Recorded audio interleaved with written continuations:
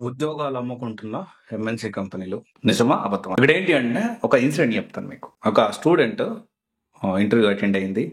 మొత్తము ప్రాసెస్ అంతా కంప్లీట్ చేసింది. కానీ ఆఫర్ లెటర్ రిలీజ్ చేయట్లేదు. ఈ కొన్ని కంపెనీస్‌లో జరుగుతుంది. ఎంఎన్‌సి కంపెనీస్‌లో. అండ్ ఇంకొన్ని కంపెనీస్ డైరెక్ట్‌గా రిక్రూట్‌మెంట్ చేసుకుంటారు. డైరెక్ట్‌గా ప్రాసెస్ మొత్తం జరుగుతుంది. అంతా అయిపోతుంది. మీకు జాబ్ అనేది పర్మనెంట్ కావాలి అంటే యూ పే 2,00,000, 3,00,000, 4.5 lakhs ఇలా తీసుకుంటున్నారు అనే సమాచారం అయితే కొంతమంది స్టూడెంట్స్ చెప్తా ఉన్నారు. ఇది ఎంతవరకు నిజం అంటే ఉత్తగా అయితే చెప్పరు కదా! ఎంతో కొంత వాళ్ళు ఫేస్ చేస్తేనే చెప్పుంటారు. కమెంట్స్‌లో కూడా నేను చూసాను. ఒక స్టూడెంట్ ఇంటర్వ్యూ అంతా అయిపోయింది. ఆఫర్ లెటర్ మాత్రం రిలీజ్ చేయట్లేదు. అంటే ఇప్పుడు దీన్ని బట్టి అర్థమవుతుంది కొంతమంది స్టూడెంట్స్ ఏమనుకుంటున్నారంటే బ్యాక్ డోర్‌లో అమ్ముకుంటున్నాయా? సాఫ్ట్‌వేర్ జాబ్‌లు ఎంఎన్‌సి కంపెనీలు బ్యాక్ డోర్‌లో అమ్ముకుంటున్నాయా? ఎంత దరిద్రానికి, నీచానికి దిగజారిపోయారో నాకు అర్థం కావట్లేదు. అండ్ ఇదే ఇక్కడ అబద్ధము అని నేను చెప్పలేను. అలాగని నిజమని చెప్పడానికి ఖచ్చితమైన ఎవిడెన్స్ నా దగ్గర లేదు. సో, అందుకని నేను ఇక్కడ ఏం చెప్పదలుచుకున్నా అంటే స్టూడెంట్స్‌కి ఇలా జరుగుతున్నాయి. మేబీ అన్ని ఉద్యోగాలైతే జరగవు గదా! టాలెంట్‌ని చూసి కూడా హైర్ చేసుకుంటారు. ఈ విషయాన్ని మీరు మర్చిపోవద్దు. డీమోటివేట్ అవ్వద్దు. అండ్ ఇంకొక విషయం వచ్చేసి ఏంటి అంటే వీడియో మొత్తము ఇప్పుడు అంటే చాలా మంది ఏంటి అంటే నేను కూడా ఒక స్టూడెంట్ క్లౌడ్ కంప్యూటింగ్ సంబంధించి కొంచెం వీడియో చూసి కమెంట్ పాస్ చేసి నేనేమంటున్నానంటే మొత్తం వీడియో చూడండి. అప్పుడు మీరు కన్‌స్ట్రక్టివ్ వేలో మీ ఒపీనియన్ షేర్ చేయండి. ఇట్ ఈస్ నాట్ అబౌట్ నేను చెప్పిందే ఫైనల్, నేను చెప్పిందే నిజం అని నేను చెప్పట్లేదు. అర్థమవుతుందా? సో, ఇదంతా మనం కూడా ఏం చేయాలంటే సీవైసీని ఫాలో అయ్యే ప్రతి ఒక్కరు గుర్తుపెట్టుకోండి.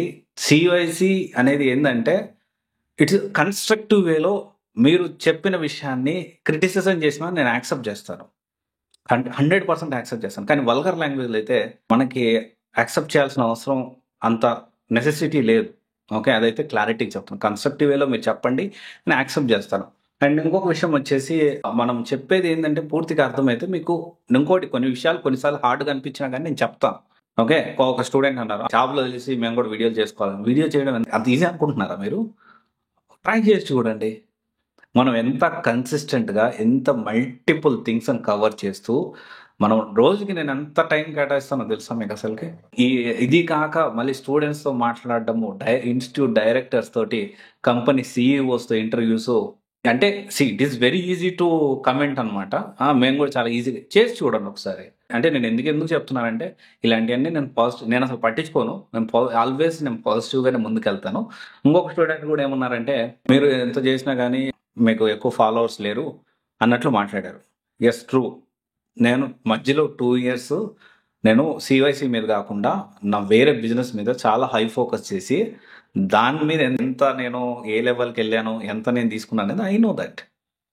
ఇప్పుడు నేను ఫుల్‌గా ఫోకస్ చేస్తున్నా సీవైసీ మీద అండ్ ఫ్రీగా ఇచ్చే కోర్సెస్ మీద, ఫర్దర్ ఎక్స్‌పాన్షన్ మీద చాలా సీరియస్‌గా వర్క్ చేస్తున్నా.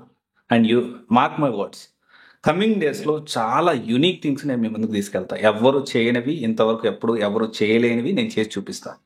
ఓకే. ఇప్పుడొచ్చిన యూట్యూబర్స్ అంటే చాలా వరకు నేను 2020 జులైలో నేను స్టార్ట్ చేశాను. అప్పటికి ఇంత వైడ్‌గా లేదు. ఇప్పుడు నాకంటే వెనకాల వచ్చిన వాళ్ళు కూడా they did very good job. ఎక్కువ ఫాలోవర్స్ ఉన్నారు మేబీ. బట్ ఒకటే గుర్తుపెట్టుకోండి, ఒక్కొక్క టార్గెట్ ఒక్కొక్కలా ఉంటుంది. సివైసి అనేది is not my full time job అనే విషయం అసలు మర్చిపోవద్దు. ఓకే. అండ్ ఇంకొక విషయం ఏంటి అంటే ఈ బ్యాక్ డోర్ విషయంలో చాలా క్లారిటీగా చెప్తా ఉన్నా.